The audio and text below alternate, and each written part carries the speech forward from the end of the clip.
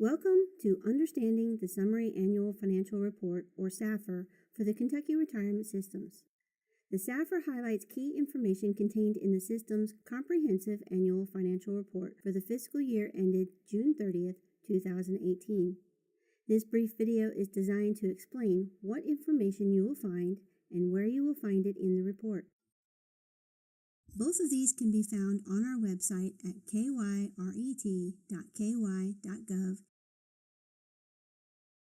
The SAFR begins with a letter from the system's executive director, David Eager. In his letter, he notes the important events that occurred during the fiscal year in the areas such as KRS-related legislative action, funding for the systems, and KRS Board of Trustee governance initiatives. The opposite side features a list of our Board of Trustees and their term dates. There are 11 governor-appointed trustee members and 6 elected trustee members. David Harris is chair of the Board of Trustees. He is governor-appointed. The elected members start with our vice chair, Keith Percy, who is elected by the SPRS. SPRS has 1 member on the board. There are 2 elected for KERS and 3 elected for CERS. There are a total of 6 that are elected by ballot by their systems. Next, you will see the 2019 schedule of board meetings. Annual meeting, regular meeting, and audit committee meetings will begin at 10 a.m. Eastern Time.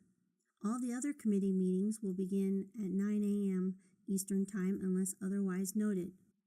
Please note that these dates are subject to change. Visit our website to find any change to the meeting time or dates. Page 4 and 5 detail the positive economic impact of the pension benefits paid to the retirees and beneficiaries of KRS. All 120 counties received at least $1 million annually from KRS. And in fiscal year 2018, the systems paid over $2 billion in benefit payments. In the columns, there are county names with the total payees. A payee is somebody that receives a payment from KRS. This can include retirees and beneficiaries. Then we have the total amount of the payments that were received for the entire county during the fiscal year 2018. There is a legend that color codes the counties for quick reference to demonstrate how much financial impact KRS pensions have on a particular county. Pensionomics is a report produced by the National Institute for Retired Security, or NIRS. They produce a report every 2 years that measures the impact of the defined benefit pension expenditures made by retirees of state and local government. It can be found by clicking on our state on the National Institute on Retirement Security website, shown here. Please note, this report covers more than just the KRS retirees, but includes other retirees from state and local pension plans. In this report, they describe the ripple effect that happens with retiree incomes. Direct impact is represented by the retiree's initial expenditure. An indirect impact is when local businesses purchase goods or services. Induced impact occurs when workers employed by direct and indirect impact businesses make expenditures. Total economic impact from state and local pensions is $5.1 billion for 2016. For each dollar in the state and local pension benefits that are paid to Kentucky residents, the output that is generated through direct, indirect, and induced impact equals $1.25. Here is the active and retiree average ages and salaries. This is categorized by system. For example, we will look at the CERS non-hazardous system. An average active member in the system is 47 years old and earns $30,150 per year.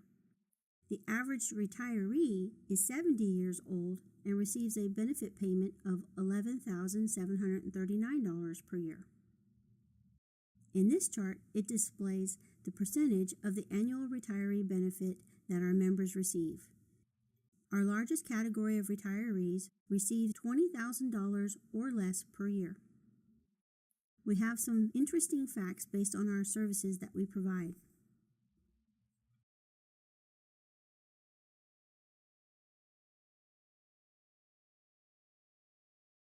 Moving on to page 6. We begin with a description of the 3 different tier levels. From the very beginning of the KRS agency until September 1st, 2008, members are considered to be Tier 1. Each tier has been created by different legislation. Tier 2 was created by House Bill 1 in 2008.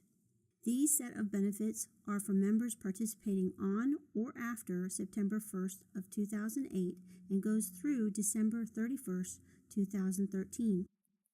Tier 3 is our current level for new hires. It began with Senate Bill 2 during the 2013 session and are for members participating on or after January 1st, 2014. Next, we have the description of our systems.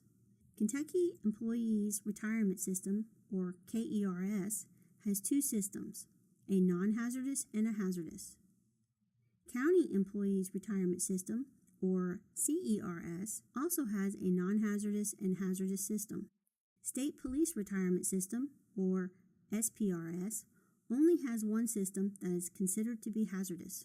There is a member statistics section that divides the membership by system, tier classification, active, those are currently working members who have not retired, inactive, non-retired members that are currently not working in the KRS system, and retired members.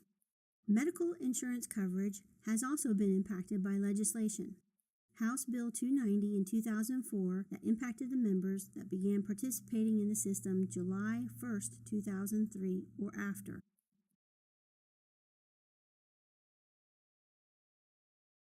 There are 3 different sources of inflow for the retirement funds that KRS manage.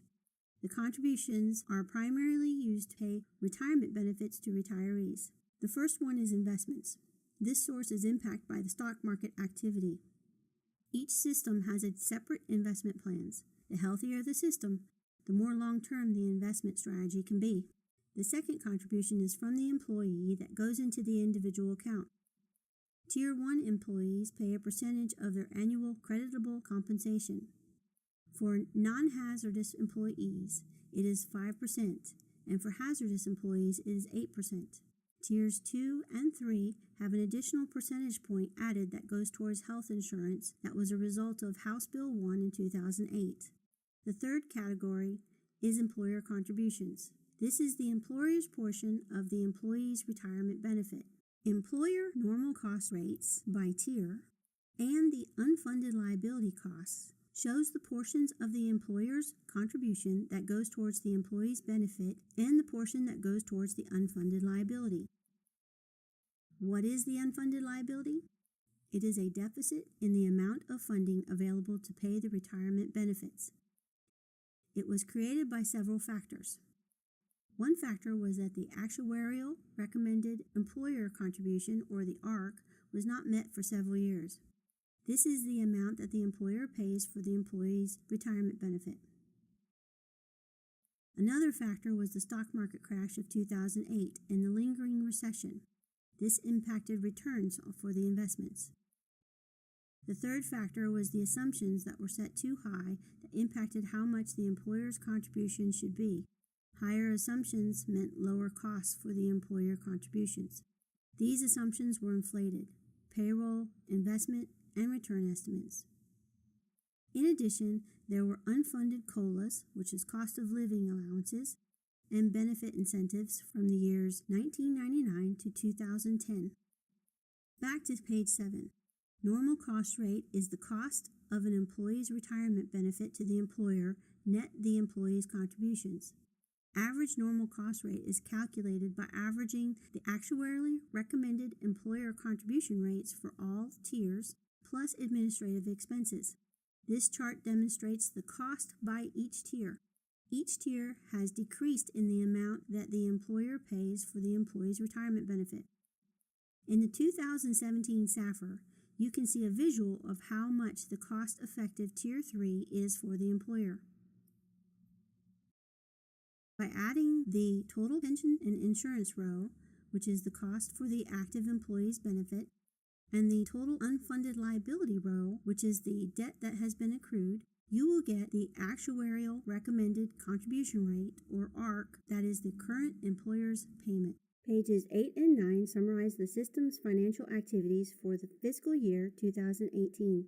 Our fiduciary net position represents the funds KRS has accumulated as of the fiscal year 2018 to pay pensions and insurance benefits for the current and future retirees. This increased to $17.6 billion, up from $16.7 billion for the fiscal year 2017. This 5% improvement over the fiscal year 2017 was primarily due to the positive investment returns, higher employer contributions, and the general fund appropriations for $87.6 million. Table 1 on page 9 shows the assets and liabilities for the years ending June 30th, 2018, 2017, and 2016. Table 2 shows the income and expenses of the systems for the same 3 fiscal years. A breakdown of KRS administrative expenses is on the bottom right-hand corner of the page. Pages 10 and 11 are condensed highlights of the blue investment section in the KAFR. It is in this section that returns for each system and their market value for the fiscal year 2018 can be seen. You can see the return and the compare to its index or benchmark in the market. In these graphics, you can see the different types of investments and how much of the KRS portfolio is allocated into a particular classification. Page 10 is for pension investments and page 11 is for the insurance investments. There is also a discussion on page 11 on how KRS does not commingle plan investments to support other systems or pay benefits. For example, no CERS funds are being diverted to support KERS or SBRS systems. To do so would be a violation of federal law. Pages 12 and 13 highlight the actuarial section in the KAFR. Here is the funding status. It is segmented into pension and insurance for each system. In simplistic terms, a funding level is the amount of money on hand versus how much is required. 100% represents all of the retirements that are promised. The percentage shown represents the amount that is available to cover those promised retirements. The unfunded liability is similar to a debt or a mortgage. This row is the amount of unfunded liability for each system and is represented in billions. The 2017 figures are available for comparison. The overall liability, or debt, has decreased by $3.2 billion. This is where you will find the recommended contribution rates for employers, or ARC. This is the amount that KRS recommends employers pay to cover their employees' retirement benefits. It includes the pension portion, the insurance portion, and their combined total for each system. Economic assumptions are based on the percentages that are assumed. This is so the contribution needs can be calculated. This chart shows an assumed investment return, an assumed inflation factor, and an assumed payroll growth. In the next series of pages, we will look at a highlight of each system. The 20-year projection chart explains two things. This line demonstrates the funding ratio. With the normal cost reduction of Tier 3 and with payment of the employer-recommended contribution rates, you can see a steady growth that results from the changes in Tier 3. You can also see the decline in the unfunded liability. The next chart shows the percentage of active, retired, and inactive members. In the KERS non-hazardous example, it shows that 73% of the members of the system are retired. These are members that are no longer contributing and are drawing benefits from the system. Only 24% of the KERS non-hazardous members are paying into the plans. Through payroll freezes and a switch to contract labor, we have seen a steep decline in employees. In this chart, it shows the active versus the retired members. In this example, you can see where the number of retirees surpassed the number of active members in 2015. The final chart of this page shows the employer contribution rates. In this column is the recommended rate that KRS recommends be paid to match the obligations for their employees.